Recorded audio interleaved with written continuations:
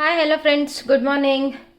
So ಇವತ್ತು ನಾನು ನಿಮಗೊಂದು ಸಿಂಪಲ್ ಆ್ಯಂಡ್ ಈಸಿ ಆಗಿರೋ ರೆಸಿಪಿ ತಂದಿದ್ದೀನಿ. ನಿಮ್ಮ ಮನೇಲಿ ಏನಾದರೂ ಹೆಸರು ಬೇಳೆ ನೆನೆಸಾಕಿರೋದು ಉಳಿದಿದ್ರೆ ಈ ಥರ ದೋಸೆ ಮಾಡ್ಕೊಂಡು ತಿನ್ನಿ, ನಿಜ ಚೆನ್ನಾಗಿರುತ್ತೆ. ಉಳ್ದಿಲ್ಲ ಅಂದರೂ ಕೂಡ ನೀವು ಒಂದು ನೈಟ್ ನೆನೆ ಹಾಕೊಂಡ್ಬಿಟ್ಟು ಮಾರ್ನಿಂಗು ಮಾಡ್ಕೊಂಡು ತಿನ್ಬೋದು. ಇಲ್ಲ ಅಂತಂದರೆ ಮಾರ್ನಿಂಗ್ ನೆನೆ ಹಾಕೊಂಡ್ಬಿಟ್ಟು ಈವ್ನಿಂಗ್ ಸ್ನ್ಯಾಕ್ಸ್ ಆಗಿ ಕೂಡ ಇದನ್ನು ತಿನ್ಬೋದು. ಸೊ ಈ ರೆಸಿಪಿ ನೋಡ್ಕೊಂಡ್ಬಿಟ್ಟು ಬರೋಣ ಬನ್ನಿ. ಈ ರೆಸಿಪಿಗೆ ಬೇಕಾಗಿರೋ ಇಂಗ್ರೀಡಿಯೆಂಟ್ಸ್ ಏನು, ನಮಗೆ ಮೇನಾಗಿ ಬೇಕಾಗಿರೋದು ಹೆಸರುಬೇಳೆ, ನೆನೆಸಿಟ್ಕೊಂಡಿರೋ ಹೆಸರುಬೇಳೆ, ಒಂದು ರುಚಿಗೆ ತಕ್ಕಷ್ಟು ಉಪ್ಪು.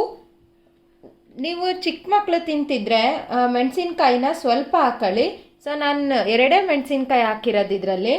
ಆ್ಯಂಡ್ ಒಂದು ಸ್ವಲ್ಪ ಜೀರಿಗೆ, ತೊಳೆದಿಟ್ಕೊಂಡಿರೋ ಕೊತ್ತಂಬರಿ ಸೊಪ್ಪು, ಆಮೇಲೆ ಹೆಚ್ಚಿಟ್ಕೊಂಡಿರೋದು ಈರುಳ್ಳಿ. ಸೊ ಹೆಂಗೆ ಮಾಡೋದು ಅಂತ ನೋಡ್ಕೊಂಡ್ಬಿಟ್ಟು ಬರೋಣ ಬನ್ನಿ. ಸೊ ಒಂದು ಮಿಕ್ಸಿ ಜಾರ್ಗೆ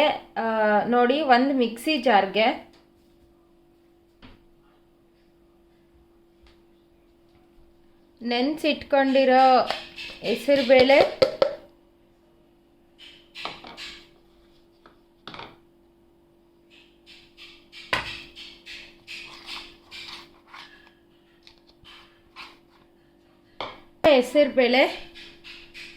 ಈ ಹೆಸರುಬೇಳೆಗೆ ಹೆಚ್ಚಿಟ್ಕೊಂಡಿರೋ ಈರುಳ್ಳಿ ಹಾಕೊಳ್ಳೋಣ.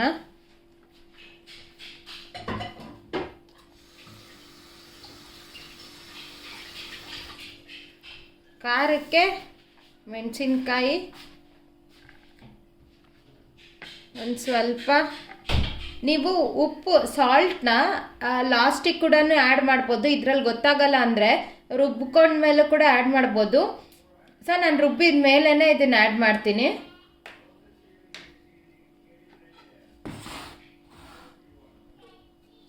ಒಂದು ಸ್ವಲ್ಪ ಕೊತ್ತಂಬರಿ ಸೊಪ್ಪು ಆ್ಯಂಡ್ ಸ್ವಲ್ಪ ಜೀರಿಗೆ.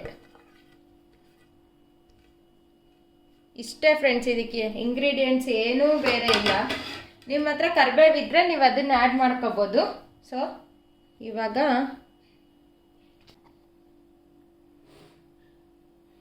ಈ ಥರ ನಿಮಗೆ ಮಿಕ್ಸಿ ಮಾಡ್ಕೊಂಡಾಗ ಈ ಥರ ಬ್ಯಾಟರ್ ರೆಡಿ ಆಗುತ್ತೆ. ಇವಾಗ ಇದನ್ನು ನಾನು ಒಂದು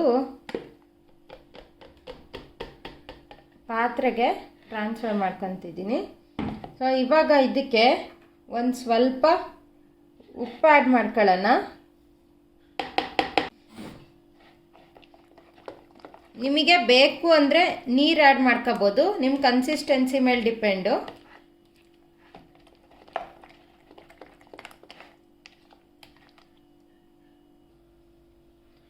ಇವಾಗ ದೋಸೆ ಹಾಕೋಣ. ಸೊ ಯಾವಾಗಲೂ ದೋಸೆ ಹಾಕೋಕ್ಕೂ ಮುಂಚೆ ನಾವು ತವಾನ ಈರುಳ್ಳಿಯಿಂದ ಈ ಥರ ಕ್ಲೀನಾಗಿ ಗ್ರೀಸ್ ಮಾಡ್ಕೋಬೇಕು ಎಲ್ಲ ಕಡೆ. ಆವಾಗ ನಿಮಗೆ ದೋಸೆ ಎಲ್ಲ ಅಂಟಲ್ಲ, ತವಾಗೆ ಪ್ಯಾನ್ಗೆ ಅಂಟಲ್ಲ. ಈ ಥರ ಕ್ಲೀನಾಗಿ ಗ್ರೀಸ್ ಮಾಡ್ಕೊಳ್ಳೋಣ ಫಸ್ಟು.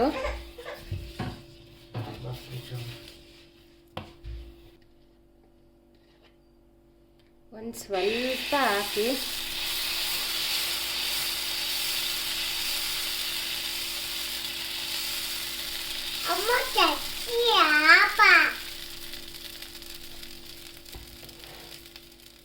ಈ ಥರ ಹಾಕಿದ್ಮೇಲೆ ಮಕ್ಳಿಗೆ ಕೊಡೋದಾದರೆ ಒಂದು ಸ್ವಲ್ಪ ತುಪ್ಪ ಹಾಕ್ಕೊಡಿ.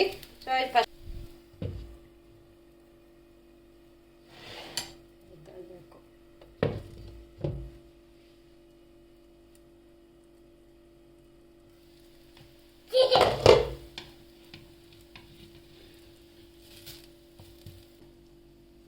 ಕ್ಯಾರೆಟ್ ತುರಿ ಆ್ಯಡ್ ಮಾಡ್ಕೋಬೋದು.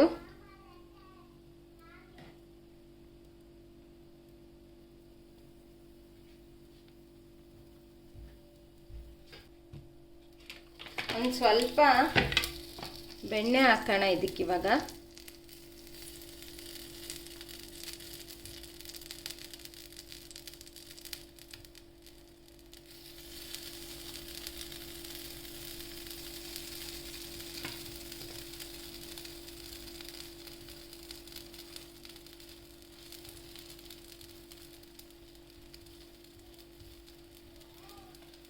ಈ ಥರ ಬೆಣ್ಣೆ ಹಾಕಿ ಲಿಡ್ ಕ್ಲೋಸ್ ಮಾಡಿಬಿಡೋಣ.